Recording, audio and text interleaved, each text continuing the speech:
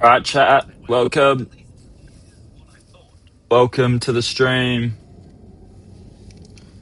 How are we doing today? Playing Project Zomboid. I've played a little bit. We've survived one day. We're trying to survive as long as we can. I wanna honor you. This axe was strong, but the speed of each hit meant that any misswing would be extremely dangerous. At the time, I didn't have much choice, but I was certainly a little bit more careful from this point onwards.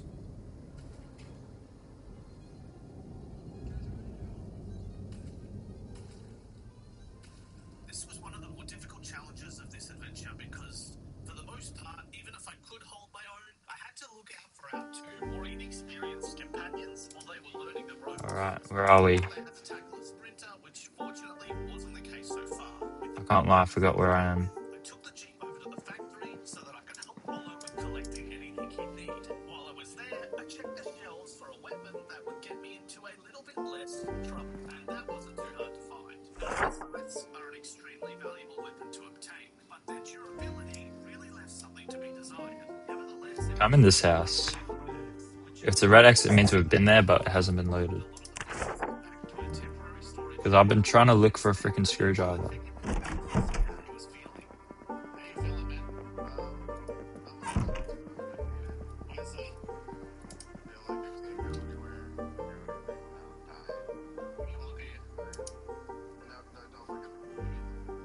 Briefcase.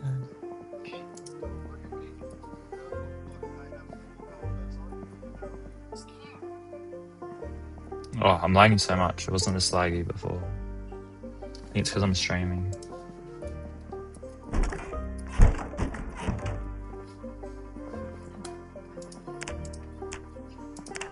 Yeah, we got freaking scratched.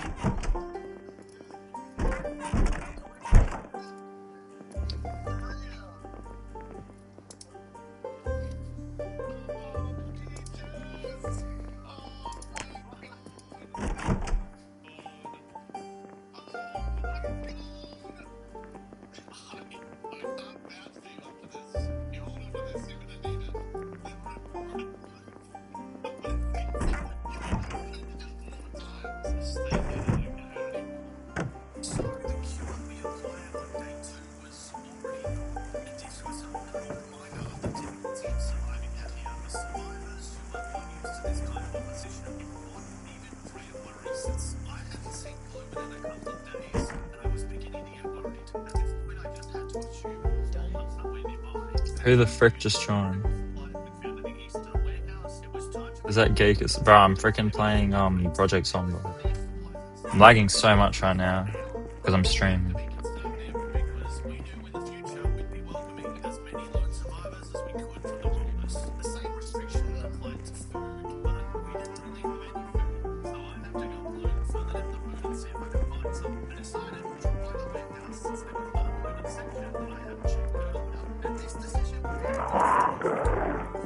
Holy, infected.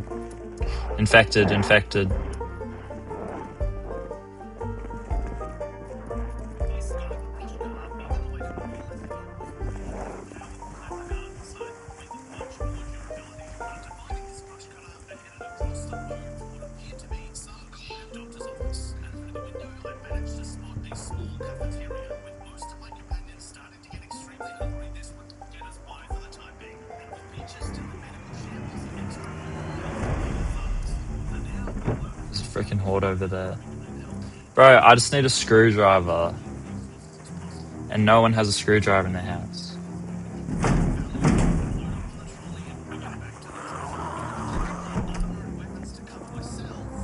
To freaking check their like storage cupboard.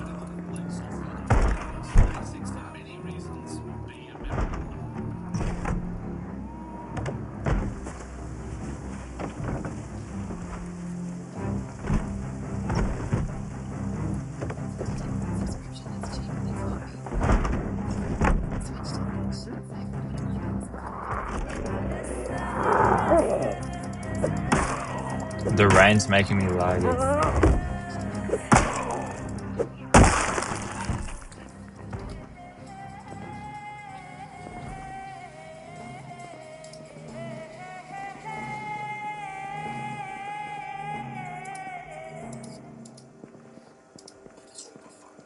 And I've seen no survivors yet.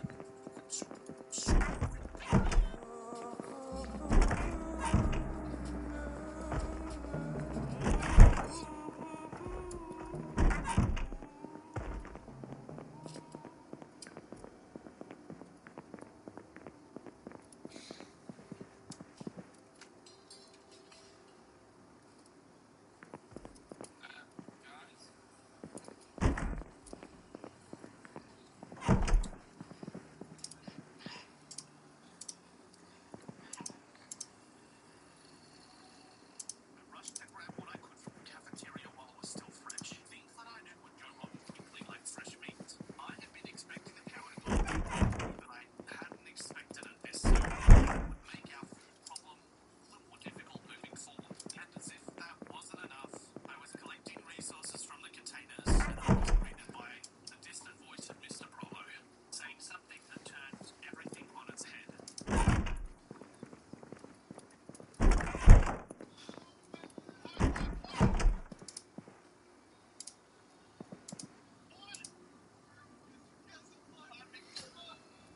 Brother! Screwdriver! Please, brother. A screwdriver. All I need is a driving screw.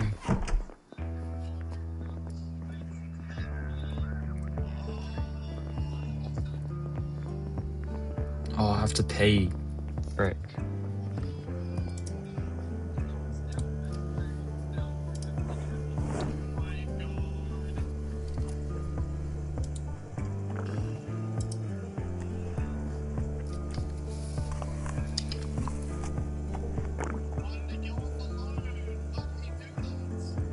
This was a debt that rested on my shoulders. It was my responsibility to protect them. And while I was wandering around last night, Morgan moved a little bit too far from home. This would by no means be the last time I'd have to mourn someone on this journey, but I didn't expect to lose a friend so soon. A friend, a valuable and our brother. He wasn't afraid to walk headfirst into danger. His legacy lived on with us. He died to the Knox virus on day 6. There was little time to mourn our fallen brother because we faced a an emergency area, one that Roll and I dealt with together.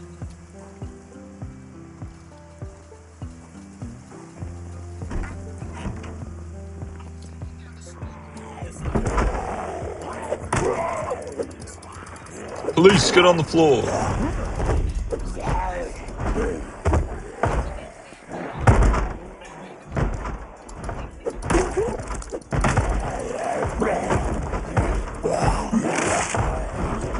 Fuck off, you little shit.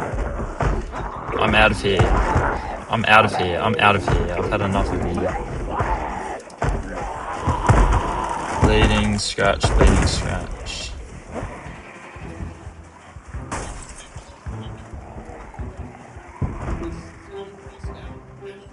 Get to the safe zone. Now, God.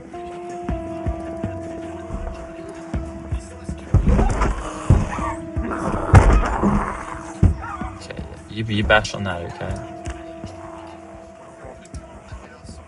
Bro, stop lagging.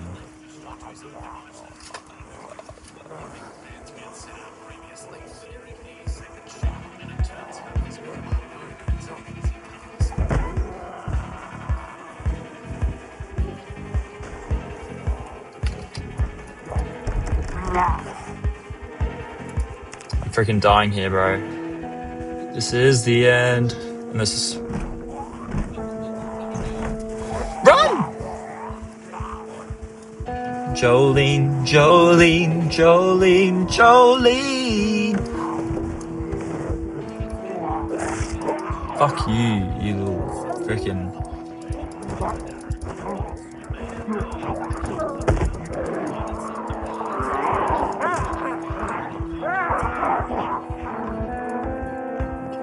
Holy shit, fuck, are you dumb? Are you a dumb autistic little monkey, bro?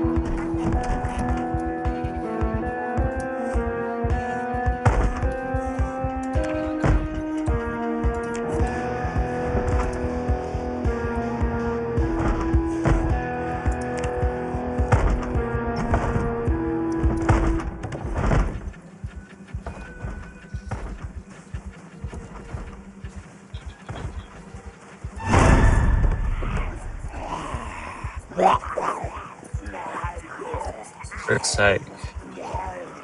I'm lagging, so I can't see shit.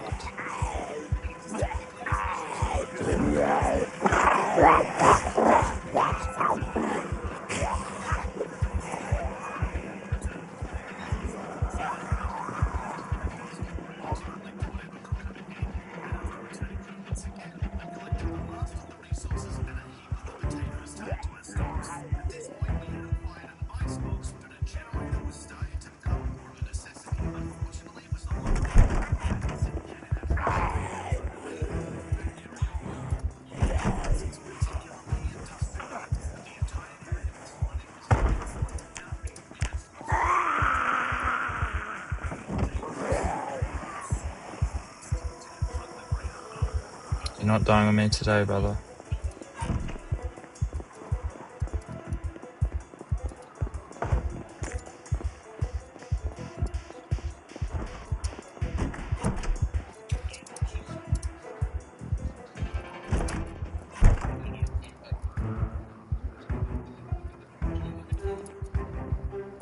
Open the door, you dumbass.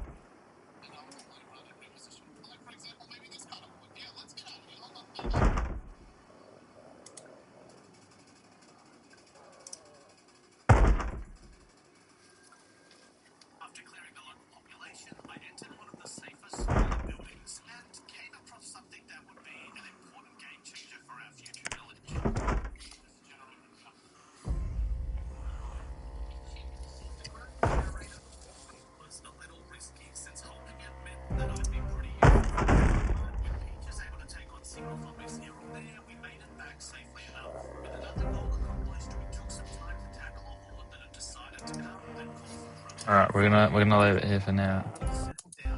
Because I unseat James. In the city, you can drive a Yukon.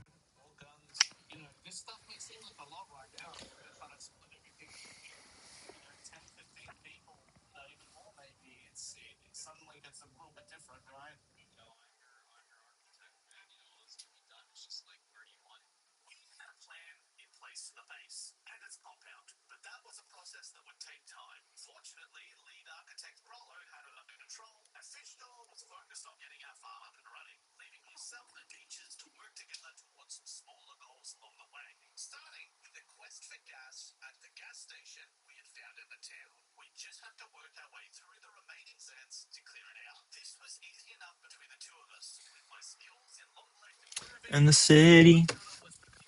When we used to drive a Yukon. I know. Who the frick is in this call? Okay. Bro! I freaking fell down a tree before. Freaking oh, my shin, bro. There's like a freaking massive ass bump on it. Fucking.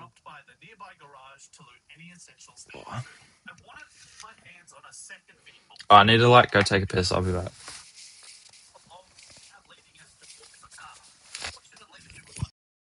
Car to our collection. Brollo and I discussed plans for the compound before he began construction on it. Everything was starting to move in the right direction. But in managing a budding civilization, you have to also be wary of the people's morale. And some tensions were beginning to rise to the surface. Oh, that's your horde, man. We don't have that horde. That's a whole lot of your problem, you know what I'm saying?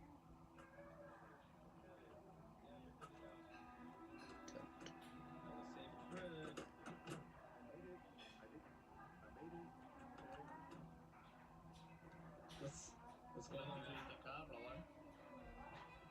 Bro, no, nothing. I'm just, taking care of my horde,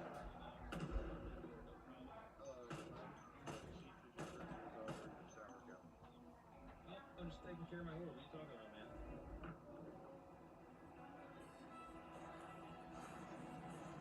We needed to supply Mr. Brollo with tools and resources for his building plans, and also see if we could find any extra melee weapons. I was particularly concerned because my brush cutter was on its last legs. So I took the new car and headed back to the area beyond the walls, where we'd found the first generator. Everything was going to plan until I was attacked by a nearby horde while on a run alone.